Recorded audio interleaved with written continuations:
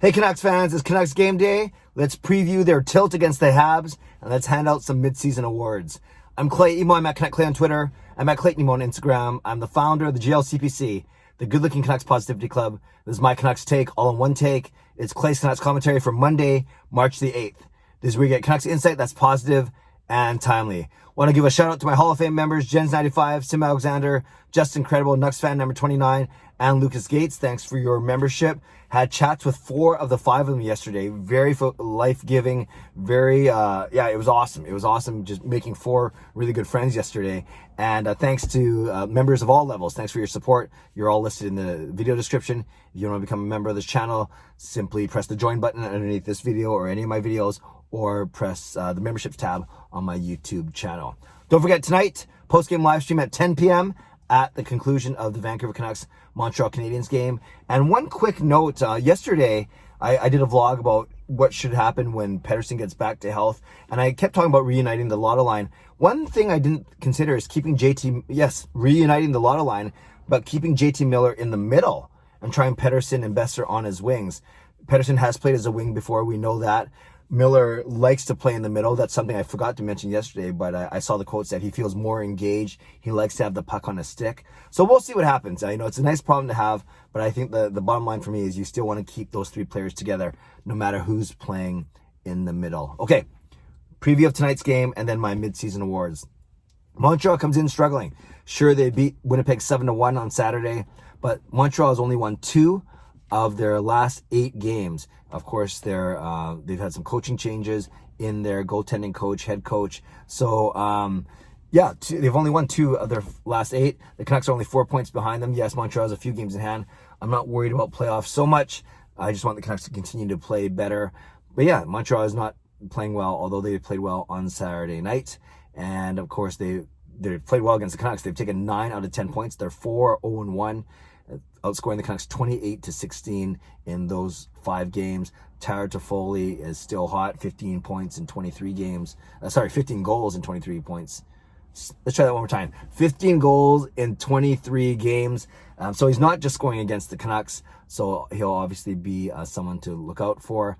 But yeah, it's interesting. With the Canucks beating Toronto 2 straight games last week, Montreal's the only team that the Canucks, you say, have really struggled against. Well, maybe Edmonton too. So I think the Canucks are 1-3 against Edmonton, but at least they're close. They're 3-0 against Ottawa, and they're close to 500 against Winnipeg. Toronto now 1 game under, and Winnipeg, Toronto, and Calgary. So it's really Edmonton a little bit, but I think Montreal is the one team. Like the Canucks are taking 1 out of 10 points, so they have any chance of making any playoff hopes. They got to change that with these 2 games tonight and Wednesday night against Montreal. So I'm excited to watch the game. I'm excited to speak with all of you after the game. I'm gonna try a different look for my post-game live stream tonight, just changing it up I'll save it for tonight. So make sure you join me tonight to same room, just a different angle, and we'll see if it's any better. And one other thing, by the way, finally, I got a score prediction right, 4-2. Vancouver. It only took 28 games. It only took half the season. So that was kind of lazy, right? It was became more of a shtick that I never changed my score prediction. So maybe I should change them up a little bit. So I'm going 4-1 Vancouver. They're going to continue their dominance. Yes, 4-1 Vancouver. You heard it here first. Let's see if it takes 28 games for me to get another prediction right. Okay, let's talk about my mid-season awards as the Canucks are 11-15-2.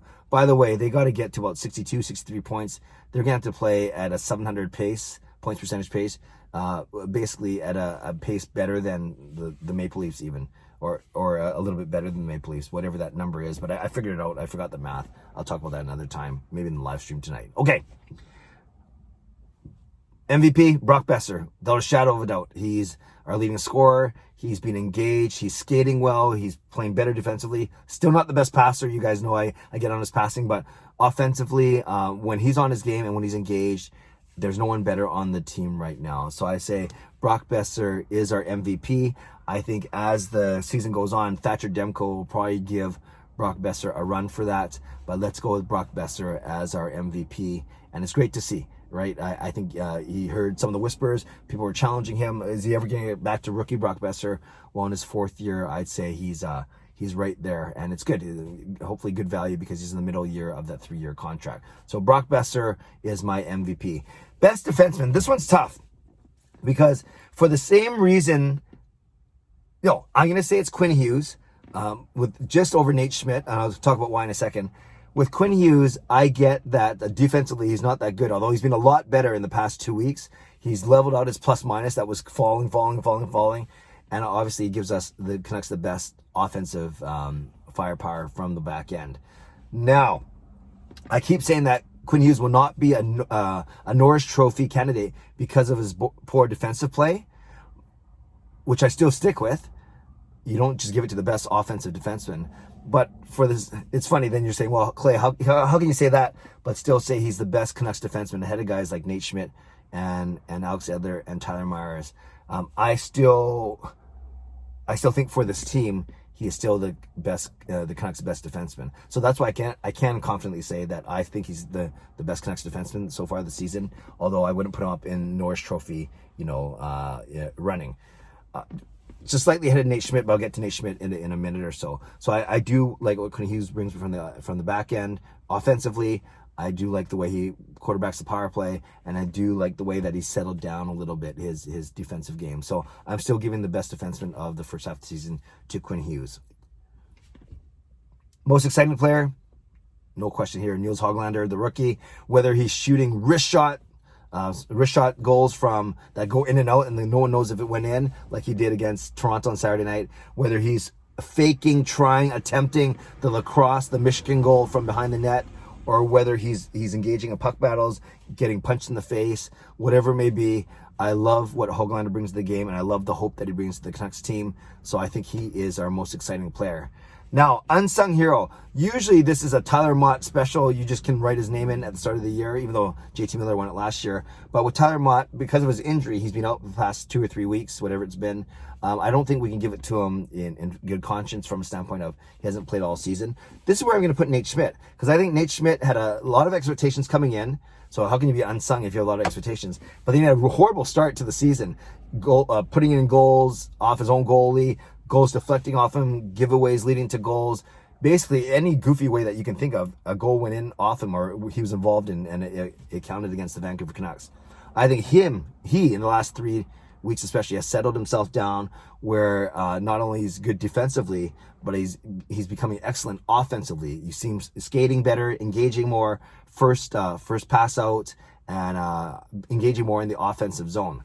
So, and I know all the advanced stats that say 5-on-5, even strength, that he has the best analytics of all the Canucks defensemen. So you can say, well, Clay, why didn't you give him best defenseman? Why? Because I wanted to save him for this one, and I still like Quinn Hughes. So I'm going to go with Nate Schmidt. Yes, maybe high expectations, then they kind of dipped, and he's kind of worked his way out of that. And the other thing I like about Nate Schmidt, he's always such a good interview. He's always, the press conferences, the media availabilities, he's always great. He's insightful, he's fun, and he never seems to get too down on what's going on. And there are a lot of down moments in February for the Canucks. So there you go.